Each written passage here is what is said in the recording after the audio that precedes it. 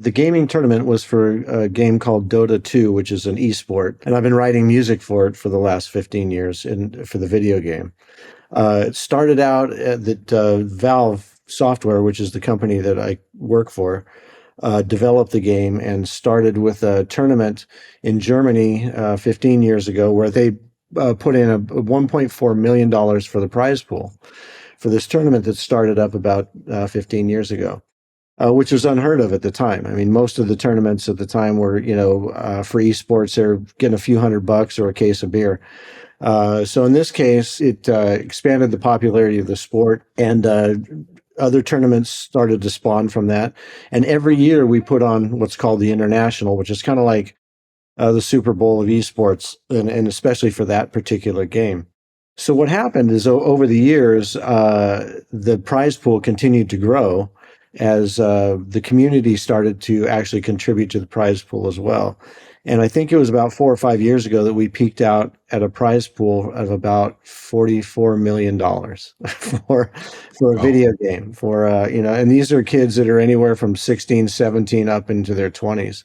So anyway, to get back to the orchestra, I've been writing music for it since we started for the trailers and the in-game music. And we decided about maybe it was about 12 years ago, we moved from Benaroya Hall, where we were putting the tournament on in Seattle, to to Climate Pledge Arena. And so we now had arenas that are filling, that I think it held about 15,000 people at the time. And we were filling these arenas with spectators for this game. So we decided to do a concert for it, to do the music from the game, which is mostly kind of epic orchestral type music.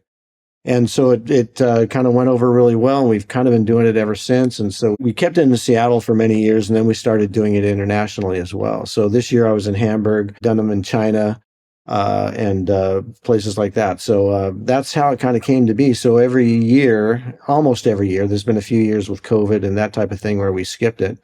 But we hire an orchestra in Seattle. It's kind of the Seattle Symphony Players, and they come in and we have a full orchestra and choir that performs the music live, and the audience knows the music, so it's like doing a rock concert in a way. I mean, you get the visceral feedback from the audience because they know the music, and they're kind of reacting as to each piece that they know or that they're comfortable with. So it's a fun experience. It's a blast. How did you get involved with video games? So the story is that a friend of mine and I, 30-something years ago, were going to start writing jingles, that type of thing, trying to get into commercial work.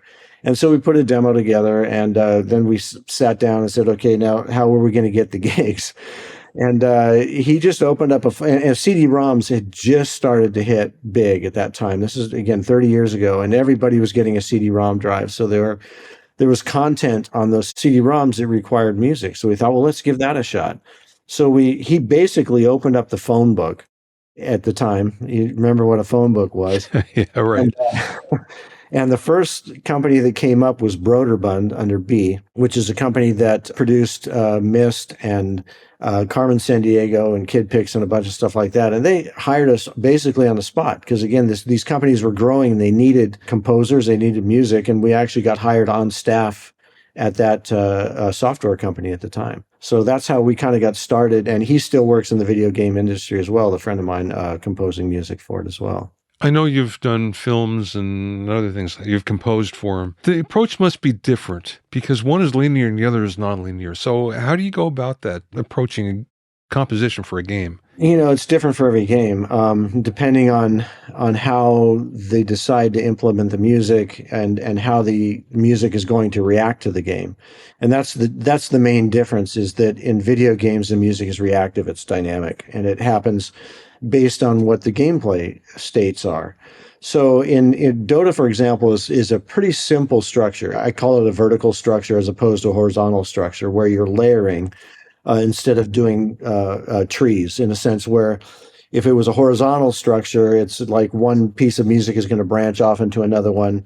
And again, those things can happen in a split second or over time.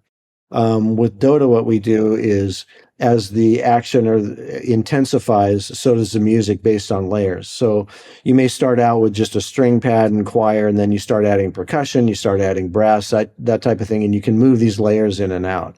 And that's kind of how it works in Dota. And again, it's different in every game. They have proprietary systems that each company works with, and depending on the style of the game and how the user moves through it is how they decide on how to implement the music. Tell me about the budgets that you're dealing with. Do you work with the live orchestra often? I do record them on occasion. I've done recordings in Seattle with the Seattle Film Group, and then I've also used orchestras in Budapest. I've used orchestras in Utah. So it varies. Sometimes I just use one or two players, and a lot of times, it's just samples. The budgets, I mean, they vary on the size of the group and the studio that you're in and that type of thing. The very first time I recorded an orchestra was with Valve, a full complement of strings and brass and percussion and choir. I don't remember the exact cost, but I remember going in to get it approved. And at the time, it was kind of we hadn't really done that. And I remember talking to several people that needed to approve it. And then basically the question was at the time is like, well, will it be cool?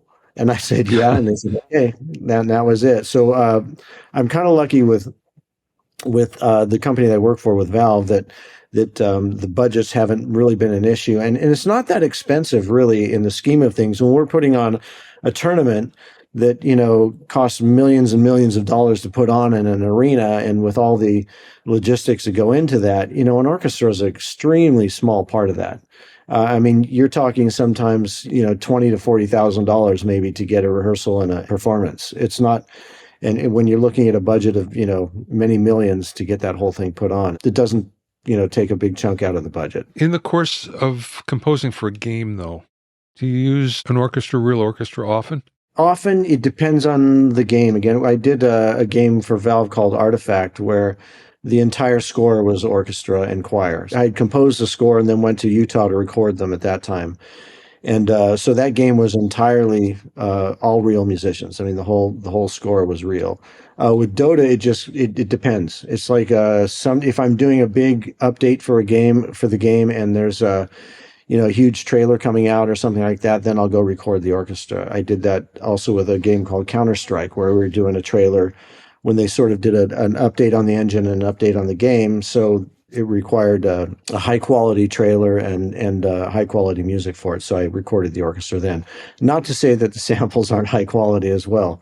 And in some cases, it's difficult for me to tell the difference if somebody does a really good job on tweaking their samples. But I prefer to use an orchestra whenever I can. And obviously, the live stuff there's no other way at a live performance for the tournaments. Although I have seen some concerts, some rock concerts, where I think what they did, general way to approach it, was all the stuff in the middle is samples, and you bring live players in for the lows and the highs, and I'm talking about a string section, and that gives it the feeling of being real, more real than it is. Yeah, and we do that to a certain extent. I mean, there's oftentimes there's synth pads and things in there that you just can't recreate live. So we always have backing tracks that I have to sync up to. And sometimes we're also synced up to video. And in the case at Climate Pledge 2 years ago, we had I think it was 2 years ago, we had an old AR setup that was going on. So if you're watching the stream, the music was actually synced to what was going on in the whole arena. And there was video that was happening on top of it and everything. So we're synced up, and I've got a click track going and have the orchestra synced up to that. And any cues that need to be hit for synthesizers or percussion that maybe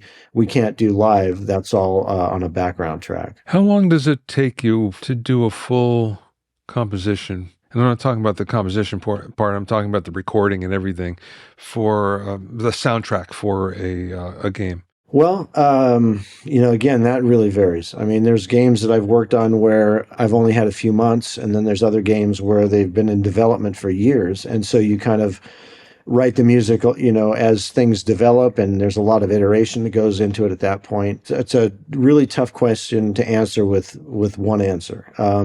I worked on a game with a company called Cyan, which is up here in Spokane, and the game was in development for 5 or 6 years.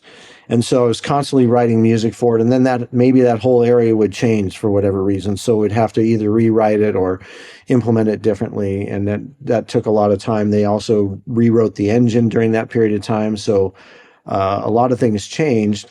And I wasn't doing just music at the time, too. I was doing sound design for it as well. But I worked on that game for, I want to say, 5 or 6 years. And then on the other end of the spectrum, I've had games where I've kind of thrown stuff over the fence, whereas I'm working on it and I give them music and it's maybe a few months just to write, 30, 40 minutes worth of music, whatever it may be. So it really varies. You just mentioned sound design. So was that kind of a natural extension of what you were doing, of I think it is. composition?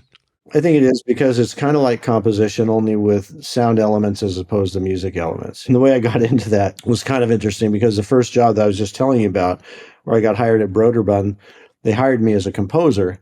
And I went in and interviewed with the director there, and he said, "Oh, as I was leaving, he says, well, about half the job is going to be a sound design. You have a problem with that?" And it's like, and I kind of said no, and I'd never done it before.